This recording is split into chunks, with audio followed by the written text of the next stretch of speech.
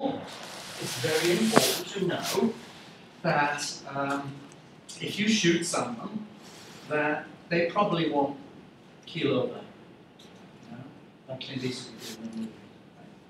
If you shoot someone, my friend over there, if I was to shoot her, likelihood is within 30 seconds she would still reach me before she keeled over.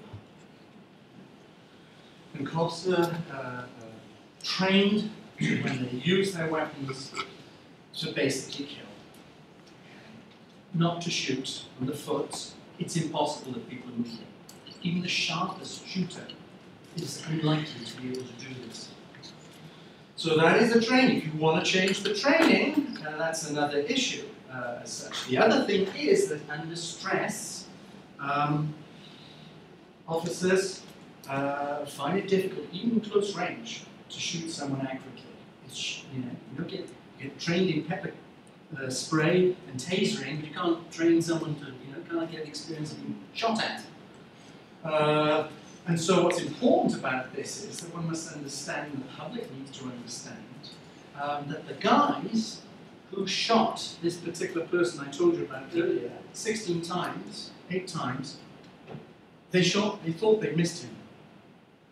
And he was still moving towards them. And so that's why when you read about these things, about the multiple shootings, there is a context for all this.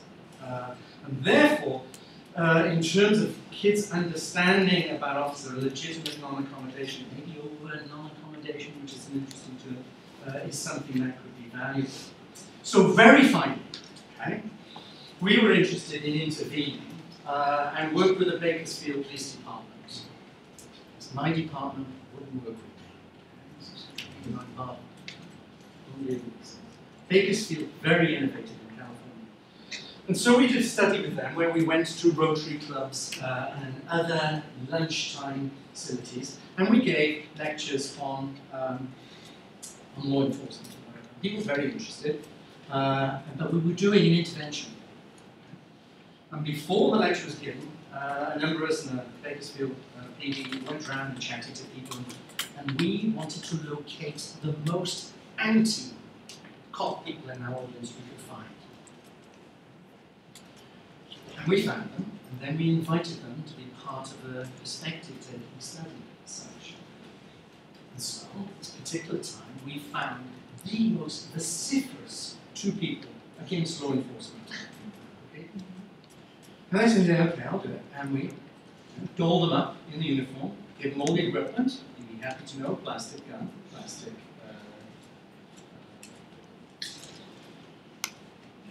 Yes, thank you.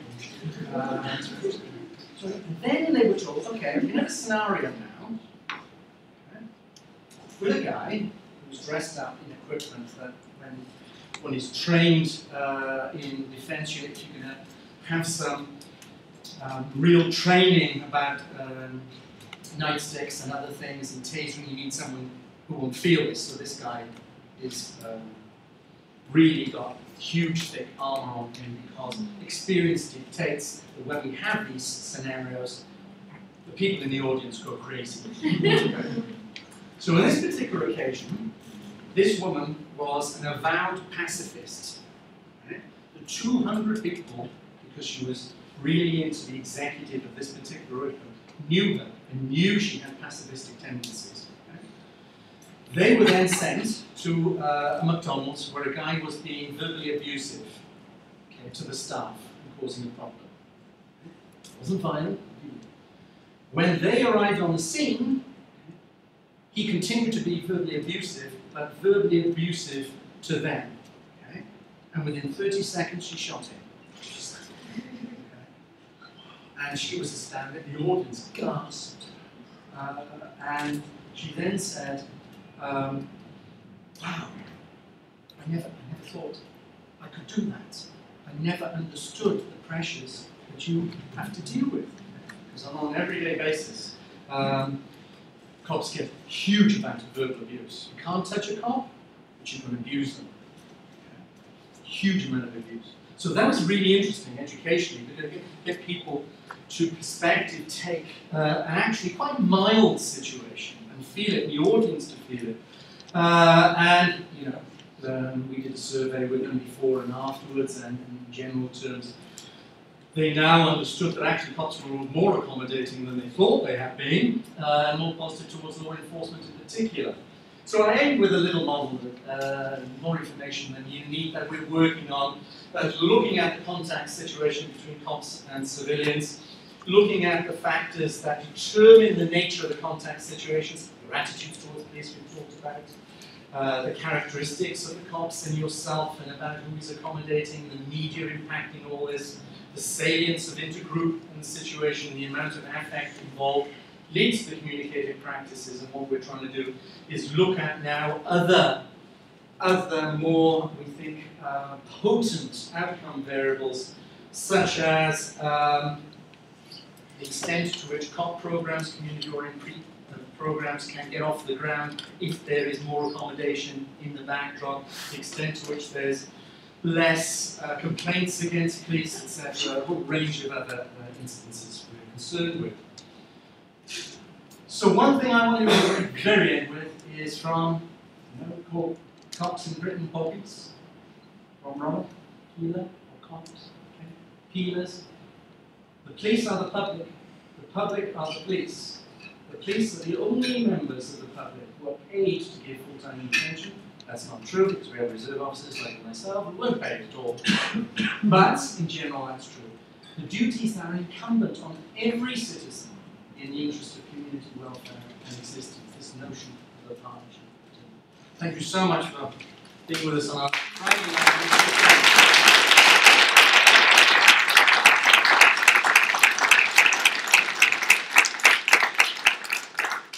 So we have time for questions and comments.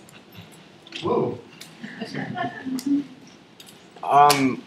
Why? This is a guy from biology. Graduates. Okay. Freshman. Okay. Gotta love it.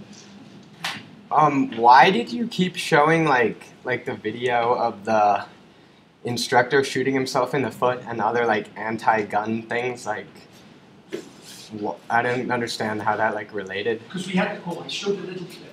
There were 3 members of the audience, but I was just trying to check out the technicality. I showed this little clip, and he was a cop, and he is a firearms trainer. That's what he does in the police department. And he was teaching kids in the school about how dangerous guns were. And he goes on to tell them that guns are dangerous things, and then shoots himself in the foot. Literally. Shoots himself in the foot. He's my model instructor in the sense that he continues to talk to them. I only showed that in the sense, I don't show them talk as such, but I think it's kind of interesting, particularly people's reactions to him. And what he was trying to do was very laudable, is to teach people, and particularly in the controversy of gun laws at the present time, to feed in the conversation. And these things are hugely problematic. Okay? You see kids on television with guns and actors and people shooting. This is a real thing. The other thing, of course, is that it is not the only lethal weapon. Okay? A knife is a very dangerous lethal weapon. A car is a lethal weapon. Many different kinds of lethal weapons. Okay? Samurai swords, which I've seen waved at me, lethal weapons. So, it wasn't part of the discourse, but what were you thinking of? I just don't understand why you had that in there. I didn't. But then the other, throughout the presentation you had like the person with all those guns and you kept talking about shootings and that kind of stuff. Well, there are at least, it is estimated at least 4 million weapons I don't know. in gun compartments in cars in this country. Right? So I have to show pictures of those as well. But it's just to show, as we know, in many instances recently, that people harbour these weapons, all sorts of high-powered rifles, moreover. It was on part of the door. But thank you.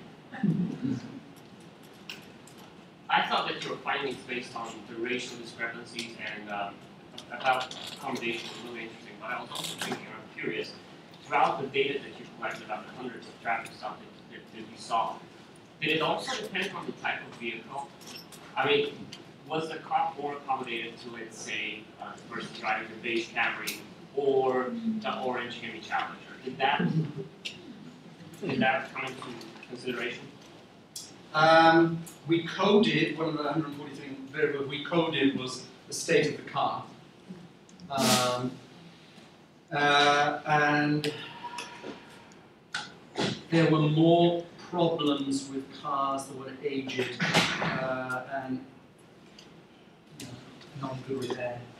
And I guess there's some schema in the mind that if you're not proud of your car and you may be up to other nonsense and such. Anecdotally too, I think some cops do like to stop people in Porsches. I'm asking because of that whole famous statistic that red cars get pulled over more often. So I was wondering if that affects also the accommodativeness of the officer. Okay. And I was going to say, in socioeconomic status seems to be, I mean, telling the backstory to a lot of, accent issues, what type of car you drive, that sort of element seems to be a piece. Yes. Yeah. Let's have a look at it. See if there's, they're all red cars.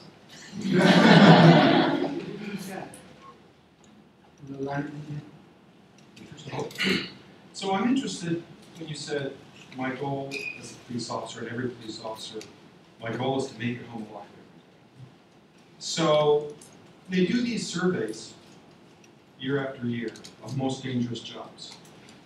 Cops sometimes squeak in at number 10, sometimes, but often don't make the list at all. Right? And not certainly a more dangerous job than I have. Well, the surveys that I've seen suggest it is the second most dangerous job.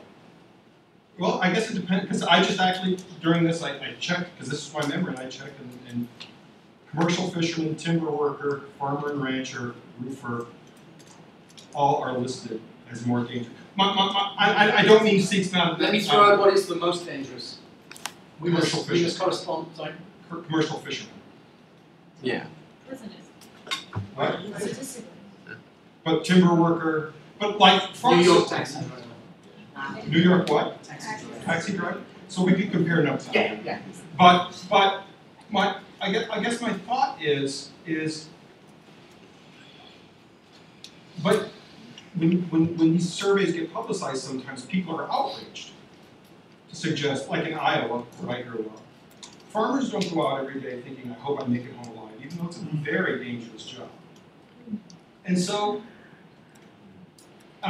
so I wonder about the unique role of communication, because when farmers get killed or hurt, it's by a bull or by a machine or something like that. When cops get killed, it's by a person. And so it seems to me that would underscore the importance of a particular kind of danger that police face are from other human beings, whereas all these other really dangerous jobs, maybe not cab driving, but are not from human beings. They're from things. Right. Well, there are two aspects to that. One is that one is constantly on the streets, on patrol, constantly scared. I mean, that's not a thing that a lot of cops will say, particularly else. When scared of people. Yeah. Legitimately so. Yeah. And so this is something that you feel left, right, and centre. Okay. So it is unique in that sense, I would argue. Being the efficient trawler, I'm not sure they feel danger all the time. So. But it is something that communication can, and I mentioned this guy before, Thompson has a book called Verbal Judo that is concerned with diffusing the emotion being expressed by the violator.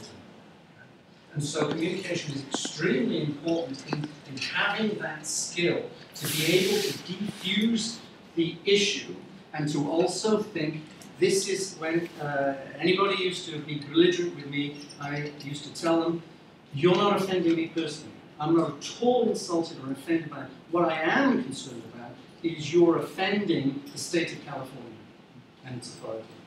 And so there are means by which you can use your communicative skills, not all the time, of course, to talk that guy down in McDonald's. And so I think communication is really, really important. And communicating with the public on a day-to-day basis when there is no issue at stake. Okay? Well, cops don't do that. Cops don't get out of the car and talk to people, ask them how they are or wherever. I think communication is central to all this, but you've asked a very good question. Of course. Larry did. Yeah, I guess I'm wondering why call it intergroup? I mean, I can see calling it intersocial category, or I can see calling it interpopulation, something about perceived representative others. But grouping of people into social categories doesn't equal a group per se. And in fact, it seems to diffuse the word group to virtually any collection of people. And in this particular case, it brings it down to a dyadic level, which many group scholars do not, for a variety of reasons, consider to be a, quote, small group. It also, I think, is very different from the use of the word intergroup to describe interactions that occur between members of populations when they are, in fact, in a small group, like peace-building groups where you bring people together from one side and another side to try to interact. So I guess I'm wondering, from a kind of theoretical perspective and conceptual, what is the advantage there of using the term group to describe these interactions? Yeah. Well, one thing that comes to mind is, Kane asked a very good question, is that I'm the conference planner for the Intergroup Communication Division of our London SCA, and we set up a panel on this. So you've got to come to this and be a keynote in that respect. The term originated many years ago. It was proliferated by my old mentor Andre Tajfel, who always used to make the case that most interpersonal interactions, I used to be extreme about this provocatively, strategically so, but most interpersonal interactions are actually in a group. So you're dealing with someone, usually when you meet someone for the first time, what do you do? Uncertainty reduction theory, so you put things into categories. What do you do? Oh, I'm a student. Oh, or I'm a professor. And this is, oh, what are you, professor of communication? Oh, okay, bye. Or whatever, or accounting, or engineering. So I think particular processes occur when you're dealing with someone as you're dealing with someone in terms of their personal identity and your own personal identity, and I think that is very, very rare. I think it probably is about 23. I think Tajfel probably underestimated. You are dealing with someone based on their social category membership. And in our subdiscipline, we do talk about intercategory interactions. Intergroup is one we've stuck to. And I'd like to have some more dialogue to see whether that should change. Because it could be.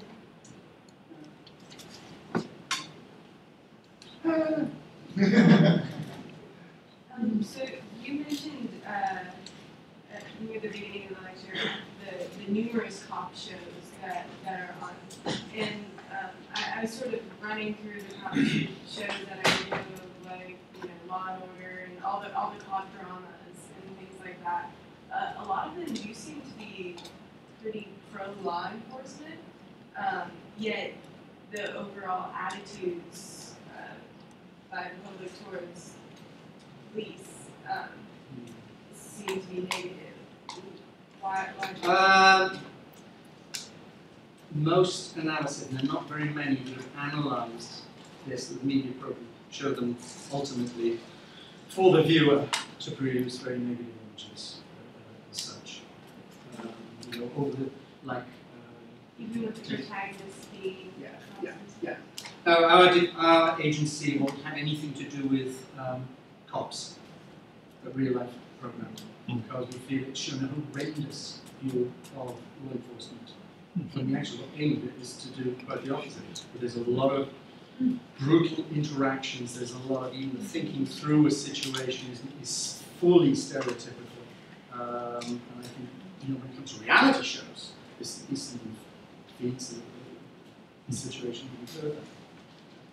And I think also in terms of another dimension of this is most cop shows, the guy gets his man, or the gal gets his gal, That's not the case. I mean, it feeds all sorts of different impressions of the whole process that goes on as unreal and fairy tale-like. And it's not depicting like community policing.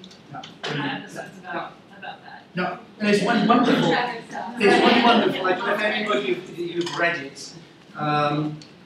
It's a book by a guy, I should have some sort of tip of my tongue, begins with P, from Louisiana State, Policing the Media. And what he did is he went around, he was a visual ethnographer and concerned with depicting impressions of policing. He went on patrol for months and months and months and produced this book, his analysis. And cops were very, very, very concerned, based on his analyses of all these studies as meta-analysis of their image. They knew about their image and such. So he produced photographs after the shift and laid them out to officers to begin with. They got fed up with this after a while. He said, "What one would you like to have depicted in my book? You think is beautiful?" It was always the ones where they were in physical control and demonstrating their control, not 99% of the time when they were pushing back and such.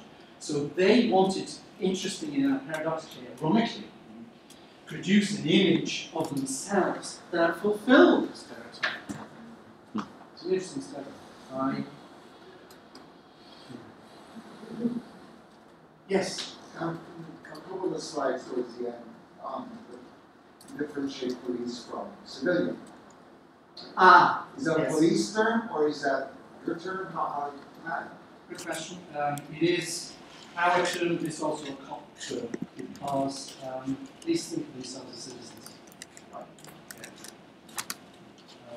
Although, when it comes to after hours, they're still liable to use their police forces. Right. So they're kind of. They see the public as civilian, and such as not civilian, as police. Yes, yes. But all the citizens. Right. Yeah. Wondered, so I'm sold. Communication matters to police. I feel like it's kind of an easy sell in this room. It's an easier sell, not in this kind of crowd, actually. So, this is true. You're going to get pushback, especially when the drinks start flowing. I'm just kidding. I just wonder if you can give us a sense of how open police are to communication training. You say there's only about 2% open to currently in their training curriculum, whatever. I mean, both in terms of attitude, skills, like what skills are they already bringing to it? What sort of sense do they have about the relationship between communication and actual policing? I don't know. If you excuse me, the caveats that I used earlier, that depends on the agency. Yeah, hugely on the agency. Most cops are concerned with their physical safety, as we talked about before, constantly, and they want to be constantly alert and aware of how to use their physical skills, which cannot be martial arts, to deal with a situation in an instant moment. So that's prime in their mind, their safety again. Okay? Communication, sadly, is looked upon as, okay, I guess we can do it. It's like diversity training. But unfortunately, the people that do the training, that I've been through diversity training in police situation, awful. And it just kind of, just two instances, regularly, awful. And I don't know where they get these trainings from.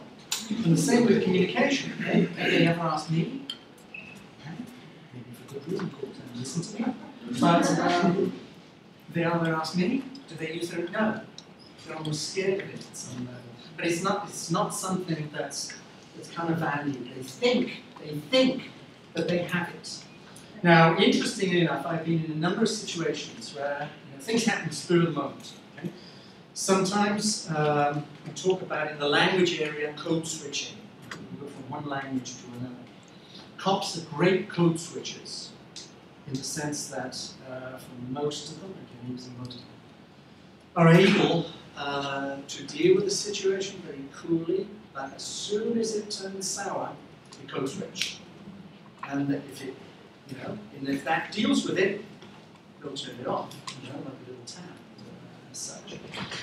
So most of the situations that I have been with that have been problematic, that I have thought, okay, what communication theory, David will know about this, of course, have to say about this instance? I mean, there's not many ways to. Now, what would you do? I mean, you got to go, you got to react. On each occasion where I've had that, and I'm usually the backup officer, okay? When I have the chance to think about this, I can't have a ready answer. I don't have a ready answer, I'm afraid to say. And when the guy I'm with reacts, I go, oh! And he's right. He has always been right. Somehow he's read the situation and knows to cuss and swear, which he shouldn't do, right? And deal with this. Wow. Right time, I can realize this. The next occasion, but I think while you're and me and ease the audience at some level, I think we are huge. And I think these field experiences can be very important to feeding into intergroup theory or who's left? How about one more question? Sir. After the Rodney King incident, a commission was appointed to study the behavior of the Los Angeles Police Department. And doing their research, they found a power law distribution in which 80% in the cases of police brutality were committed by 20% of the police. This sounds as if there is something in the selection process of police officers that should be carefully studied as well. Absolutely. I would go, just a quick caveat, I would say alleged police brutality. But that is interesting, and I think it's becoming more and more of a problem, because if you look at a lot of the young cops that are being recruited at the moment, they look in a particular, they look a particular way and have a particular hairstyle. And we've done a study looking at that, and people kind of go, whoa, that's really good now. Okay. And a lot of these guys are recruited from the military and have been through brutal experiences and see people in in-group, out-group terms, good guys and bad guys. We're brought up to play with good guys, bad guys, cops and robbers. And so it could well be interesting to look at that 20% and see if there's a correlation there. I know with the Rodney King, I don't want to get into that, that's a minefield as such. I mentioned it to my students now, while I was saw a little slide with Rodney King, I talked about Rodney King, and I suddenly said one day last year, I said, does anybody know what I'm talking about? I haven't got a clue what you're talking about. Rodney King, which is interesting, eh? It's all right, You lecture about things that are part of your past and you think it's common knowledge and whatever. But we deal with people on PCP is one good example. They will not be able to, tasing won't work, pepper spray won't work. Okay? He was on PCP at the time, he was asked to be restrained. I'm not defending their actions, it was abhorrent. Okay? No question about that. But there are occasions where people on PCP, non-Rodney Kingers, like felons and felons, do not respond. And the only recourse you have is lethal force or extreme measures of force before you get to that point. Happily, data are that tasers have reduced officer injuries by 80%. Talking about 80-20, just throw that one in, just before we go up. On that note, let's thank Howie.